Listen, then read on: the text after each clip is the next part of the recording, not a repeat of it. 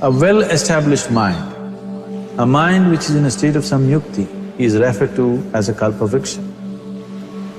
If you organize your mind to a certain level of organization, it in turn organizes the whole system.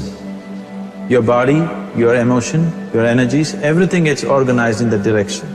Once all these four dimensions of you, your physical body, your mind, your emotion and the fundamental life energies are organized in one direction, once you are like this, anything that you wish happens without even lifting a little finger actually.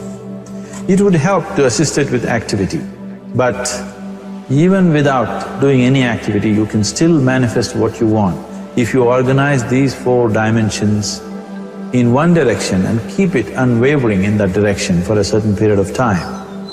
Right now the problem with your mind is, every moment it is changing its direction.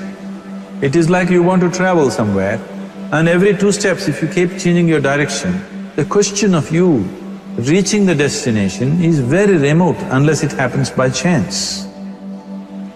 So, organizing our minds and in turn organizing the whole system and these 4 basic dimensions of who you are right now in one direction, if you do this, you are a kalpavriksha yourself. Anything that you wish will happen. But right now, if you look at your lives, everything that you have wished for till now, if it happens, you have finished. Everything and everybody that you have desired for, if all of that lands up in your house today, could you live with that? So if you want to become empowered, it is also important that you become responsible as to what you ask for and what you don't. Right now the world's situation is just this, we are hugely empowered with technology. Today it doesn't take 6 billion people to destroy this planet. One man by pressing the wrong button can destroy the whole planet. When we are empowered like this, it's very important that our physical action, emotional action, mental action and energy actions are controlled and properly directed. If it is not so, we become destructive, self-destructive. Right now, that is our problem. The technology, which is supposed to make our life beautiful and easy, has become the source of all the problem that we are destroying the very basis of our life, which is the planet. So what should have been a boon, we are making a curse out of it. What has brought incredible levels of comfort and convenience to us in the last 100 years or so has also become a threat to our life simply because we are not conscious action, we are in a compulsive state of action. So organizing our minds fundamentally means moving from a compulsive state of activity to a conscious state of activity. You might have heard of people for whom they asked for something and beyond all expectations it came true for them. Generally this happens to people who are in faith. Now, let's say you want to build a house. If you start thinking, oh, I want to build a house. To build a house I need 50 lakhs, but I have only 50 rupees in my pocket. Not possible, not possible, not possible. The moment you say not possible, you're also saying I don't want it. So on one level you're creating a desire that you want something, on another level you're saying I don't want it. So in this conflict, it may not happen. Someone who has some faith in a god or in a temple or whatever, who is simple-minded. Faith works only for those people who are simple-minded. Thinking people, people who are too much thinking, for them it never works.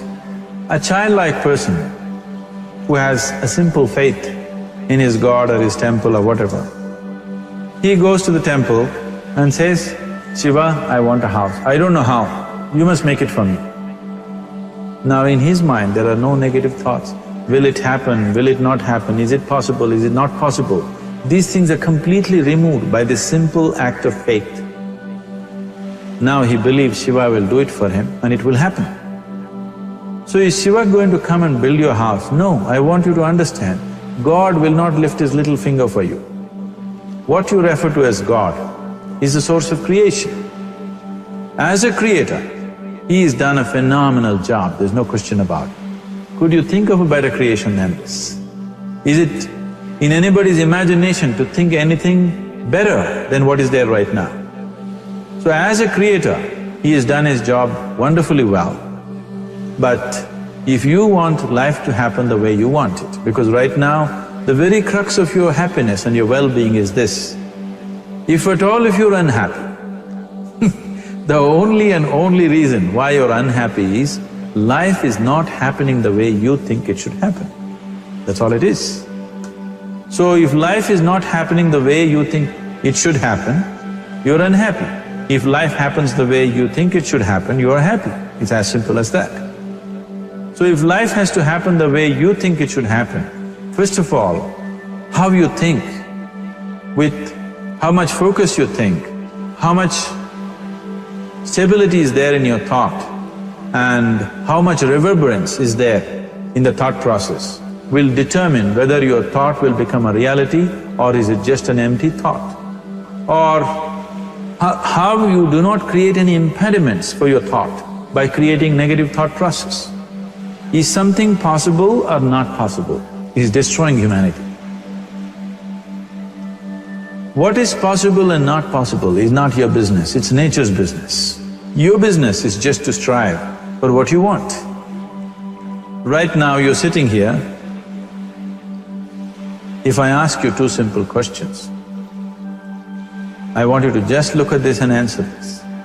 Right now from where you're sitting, can you just fly off? You say no?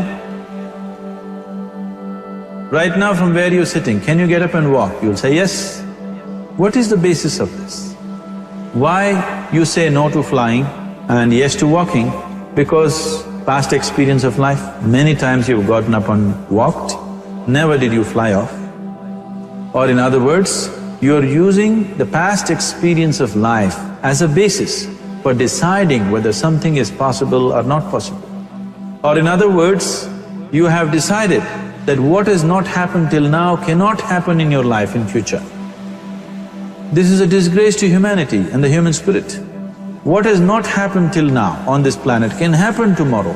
Human beings are capable of making it happen tomorrow. So what is possible and what is not possible is not your business. That is nature's business. Nature will decide that. You just see what is it that you really want and strive for that. And if your thought is created in a powerful way, without any negativity, without any negative thoughts bringing down the intensity of the thought process, it will definitely manifest. The whole existence today, modern science is proving, is just a reverberation of energy. It is a vibration. Similarly, your thought is also a vibration. If you generate a powerful thought and let it out, it will always manifest itself. So generally, people are using faith as a means to remove the negative thought. Today, once you have become thinking human beings, your faith is not too deep. It doesn't matter how much faith you think you have, somewhere doubts always crop up.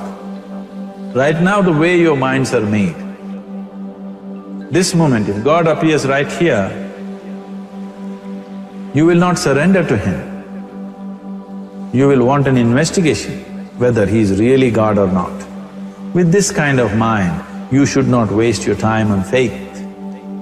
So there is an alternative, which is commitment. If you simply commit yourself to creating what you really care for, now once again, your thought gets organized in such a way, there is no such thing as whether it's possible or not possible. There is no hurdle in your thought process. Your thought flows freely towards what you want. Once this happens, making it happen will also naturally follow. So to create what you really care for, first and foremost thing is that what you want must be well manifested in your mind, that this is what I want.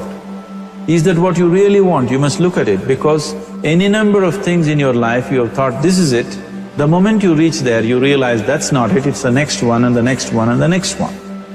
So what is it that one really wants is one thing. First of all, we must explore. Once that is clear and we are committed to creating it, now there is a continuous process of thought in that direction. Once you can maintain a steady stream of thought without changing direction, definitely this is going to happen in your life, or it will definitely manifest as a reality in your life.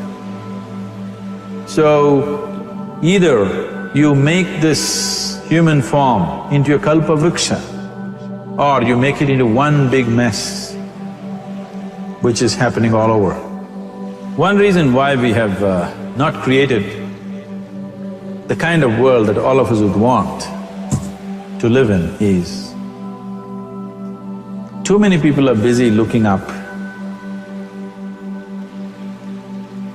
Too many people are interested in other planets, they're not interested in this planet.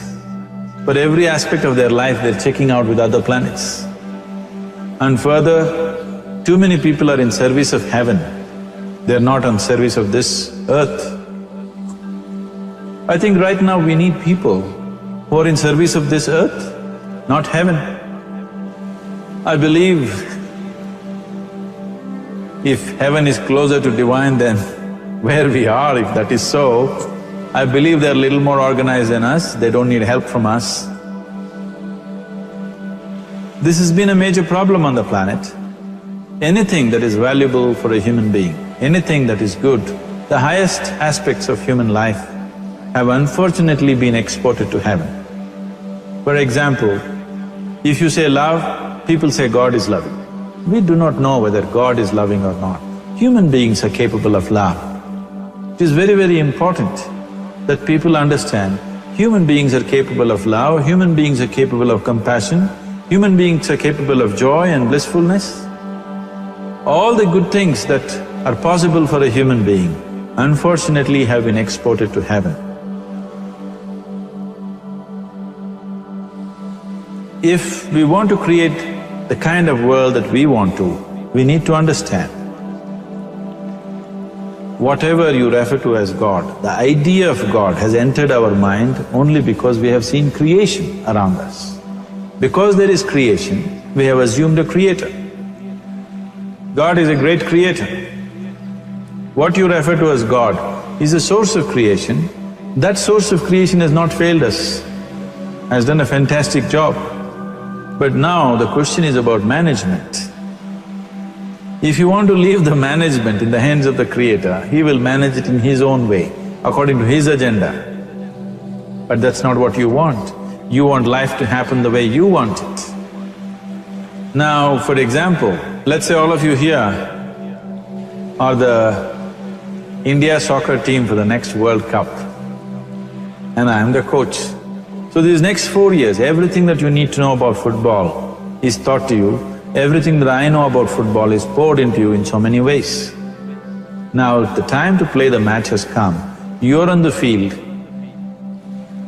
and the ball comes near your foot, but you look at me, then it's no good. You've seen those coaches sitting there and boiling, nothing happens. Because now, once you're on the field, it's your job. So this is the same thing. The Creator has done a fantastic job. Now you're here. It is for you and me to see how to manage this, how we want it, how to keep this world, in what condition would all of us enjoy it best is something that we have to look at. So at every stage in our life, we tend to think, this is it. If this one thing happens, everything will be fine with my life. You reach there and you realize that's not it, and you postpone it to something else and something else. This is going on. The first and foremost thing is, you must be clear what is it that you really want. If you do not know what you want, the question of creating it doesn't arise. If you look at what you really want, what every human being wants is, he wants to live joyfully, he wants to live peacefully. In terms of its relationships, he wants it to be loving and affectionate. Or in other words, all that any human being is seeking for is pleasantness within himself, pleasantness around him. If this pleasantness, if it happens in our body, we call this health and pleasure. If it happens in our mind, we call this peace and joy. If it happens in our emotion, we call this love and compassion. If it happens in our energy, we call this blissfulness and ecstasy. This is all that a human being is looking for. Whether he is going to his office to work, he wants to make money, build a career, build a family, he sits in the bar, sits in the temple, he is still looking for the same thing. Pleasantness within, pleasantness around. If this is what we want to create, I think it's time we addressed it directly and commit ourselves to creating it. So you want to create yourself as a peaceful human being, joyful human being, loving human being, a pleasant human being on all levels. And do you also want a world like this? A peaceful world, a loving world, a joyful world? No, I want greenery, I want food. When we say a joyful world, that means everything that you want has happened. So this is all that you're looking for. So all that you need to do is commit yourself to creating it, to create a peaceful, joyful and loving world, both for yourself and everybody around you. Every day in the morning, if you start your day with this simple thought in your mind, that today, wherever I go, I will create a peaceful, loving and joyful world. If you fall down 100 times in the day, what does it matter? For a committed man, there is no such thing as failure. If you fall down 100 times, 100 lessons to be learnt. If you commit yourself like this to creating what you really care for, now your mind gets organized. Once your mind gets organized, the way you think is the way you feel, your emotion will get organized. Once your thought and emotion is organized, your energies will get organized in the same direction. Once your thought, emotion and energies are organized, your very body will get organized. Once all these four are organized in one direction, your ability to create and manifest what you want is phenomenal. You are the creator in many ways. Why I am saying you are the creator is, I want you to look at the nature of your life right now. If you eat a banana, in 4 hours' time, this banana becomes a human being. There is something within you, a life-creating process, a process which builds this body. The manufacturer of this body is within. You give him a banana, he makes a human being out of that banana. Transforming a banana into a human being is not a small thing, it is a phenomenon. It is just that this phenomena is happening within you unconsciously. If you could only consciously manifest this, making a banana into a human being, you are the creator. You are nothing less than that. As the theory of evolution goes, to make a monkey into a human being, it took millions of years.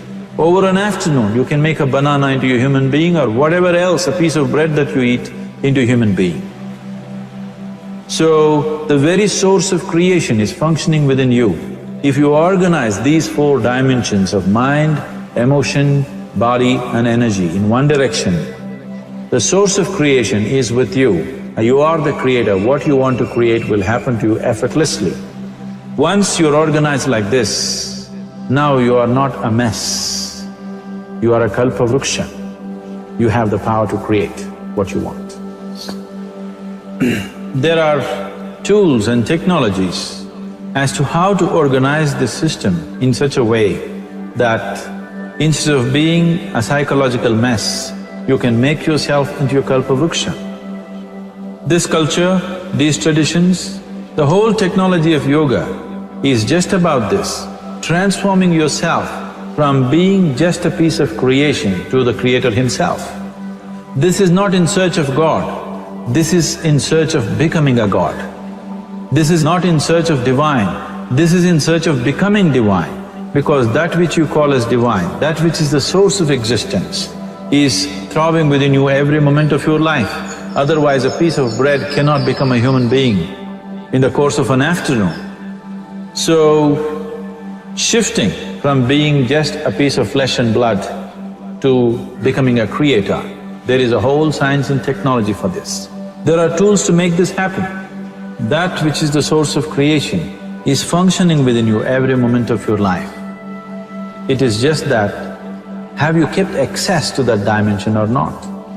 Organizing the four basic elements of your life will give you that access. There are tools and technologies to do this.